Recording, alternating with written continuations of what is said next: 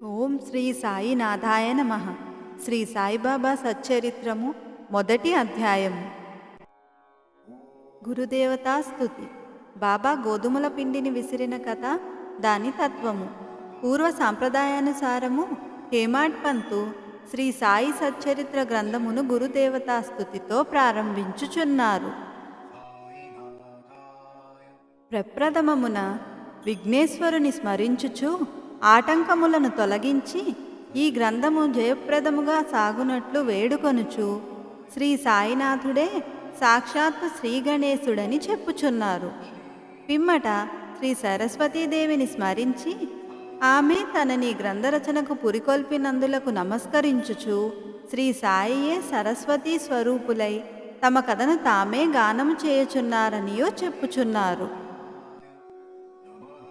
తదుపరి సృష్టి స్థితి లయకారకులకు బ్రహ్మ విష్ణు మహేశ్వరులను ప్రార్థించి శ్రీ సాయియే త్రిమూర్త్యాత్మక స్వరూపులనియు వారు మనలను సంసారమును నదిని దాటించగలరనియూ చెప్పుచున్నారు. తరువాత తమ గృహదేవతయగు నారాయణ ఆదినాథునకు నమస్కరించి వారు కొంకణ దేశములో వెలసిరనియు ఆ భూమి పరశురాముడు సముద్రము నుండి సంపాదించినదనియూ చెప్పుచు వారి వంశ మూలపురుషుని స్తోత్రము చేసిరి. అటు పిమ్మట వారి గోత్ర ఋషియగు భరద్వాజమునిని స్మరించెను.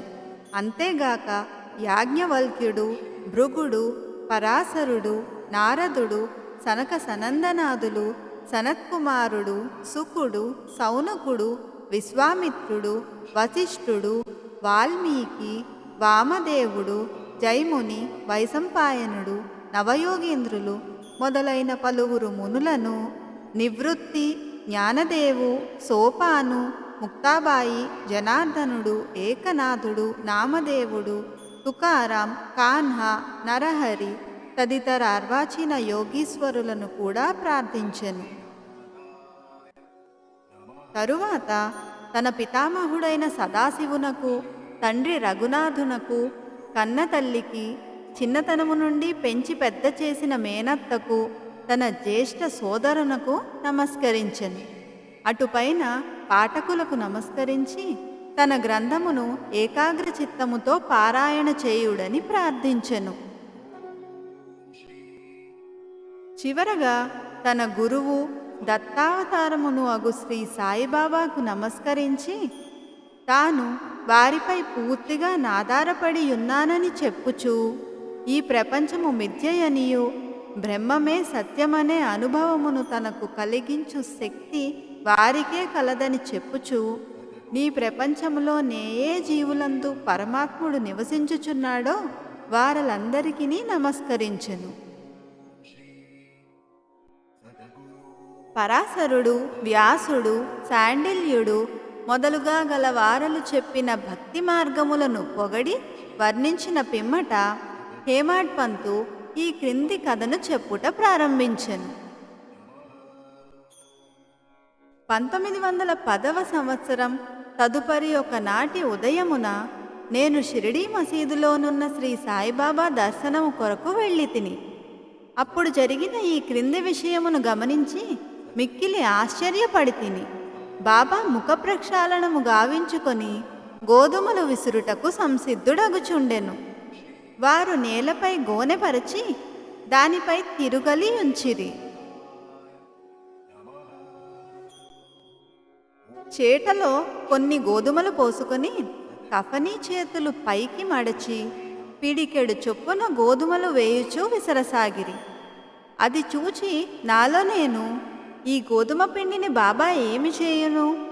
ఆయనెందుకు గోధుమలు విసురుచుండెను? వారు భిక్షాటనంచే జీవించువారే, వారికి గోధుమ పిండితో నేమి నిమిత్తము?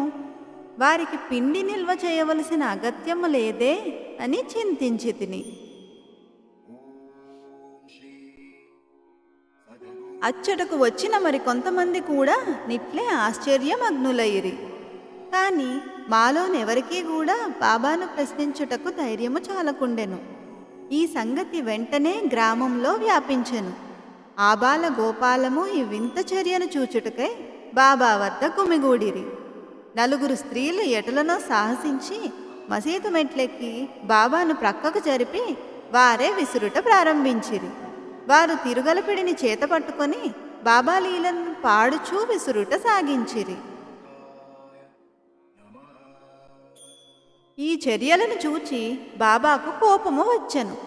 కానీ వారి ప్రేమకు భక్తికి మిగుల సంతసించి చిరునవ్వు నవ్విరి.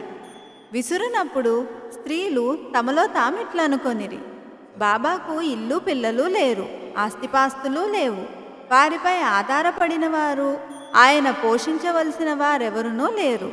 వారు భిక్షాటనముచే జీవించువారు కనుక వారికి రొట్టె చేసుకొనుటకు గోధుమ పిండితో నిమిత్తము లేదు.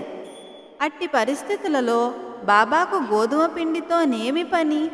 బాబా మిగుల దయార్ద్ర హృదయుడగుటచే మనకి పిండిని పంచిపెట్టును కాబోలు. ఈ విధముగా మనసున వేర్వేరు విధముల చింతించుచూ పాడుచూ విసురుట ముగించి పిండిని 4 భాగములు చేసి ఒక్కొక్కరు ఒక్కొక్క భాగమును తీసుకొని చుండిరి. అంతవరకు శాంతముగా గమనించుచున్న బాబా లేచి కోపంతో వారిని తిట్టుచూ నిట్లనెను, ఓ వనితలారా, మీకు పిచ్చి పట్టినదా ఏమి? ఎవరబ్బ సొమ్మనుకుని లూటి చేయుచుంటిరి? ఏ కారణం చేత పిండిని గొంపోవుటకు యత్నించుచున్నారు? సరే, ఇట్లు చేయుడు, పిండిని తీసుకొని పోయి గ్రామపు సరిహద్దులపైన చల్లుడు. అది విని ఆ వనితలు ఆశ్చర్యమగ్నులయ్యిరి, సిగ్గుపడిరి. గుసగుసలాడుకొనుచు ఊరు సరిహద్దుల వద్దకు పోయి బాబా యాజ్ఞానుసారము ఆ పిండిని చల్లిరి. నిదంతయూ చూచి షిరిడీ ప్రజలను బాబా చర్యను గూర్చి ప్రశ్నించి తిని, ఊరిలో కలరాజాడ్యము గలదనియు దానిని శాంతింపు చేయుటకది బాబా సాధనమనియు చెప్పిరి. అప్పుడు వారు విసిరినవి గోధుమలు కావనియు వారు కలరాజాడ్యమును విసిరి ఊరి కవతల పారద్రోలిరనియు చెప్పిరి. అప్పటి నుండి కలరా తగ్గెను. గ్రామములోని ప్రజలందరూ ఆనందించిరి. ఇదంతయూ వినిన నాకు మిక్కిలి సంతసము కలిగెను. దీని గూఢార్థమును తెలుసుకునే కుతూహలము కలిగెను. గోధుమ పిండికి కలరాజాడ్యమునకు సంబంధమేమి? ఈ రెండింటికి గల కార్యకారణ సంబంధమేమి? ఒకటి ఇంకొక దాని నెట్లు శాంతింపజేసెను? ఇదంతయు అగోచరముగా తోచెను. అందుచే నేను తప్పక ఈ విషయమును గూర్చి వ్రాసి బాబా లీలలను మనసారా పాడుకొనవలయునని నిశ్చయించుకొంటిని. ఈ లీలలను చూచి ఇట్లు భావించుకొని హృదయానంద పూరితుడునైతిని. ఈ ప్రకారముగా బాబా సచ్చరిత్రను వ్రాయుటకు ప్రేరేపింపబడితిని. అట్లే బాబా కృపాకటాక్షములచే ఆశీర్వాదములచే గ్రంథము నిర్విఘ్నముగను జయప్రదముగను పూర్తయినది. తిరుగలి విసురుట దాని వేదాంత తత్వము. తిరుగలి విసురుటను గూర్చి షిరిడీ ప్రజలు అనుకునే రీతియే కాక దానిలో వేదాంత భావము కూడా కలదు. సాయిబాబా షిరిడీ యందు సుమారు 60 ఏళ్లు నివసించెను. ఈ కాలం అంతయు వారు తిరగలి విసురుచునే ఉండిరి.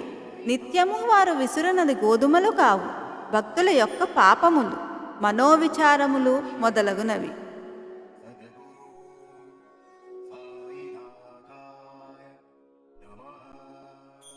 తిరుగలి యొక్క క్రింది రాయి కర్మ, మీది రాయి భక్తి, చేతిలో పట్టుకొనిన పిడి జ్ఞానము.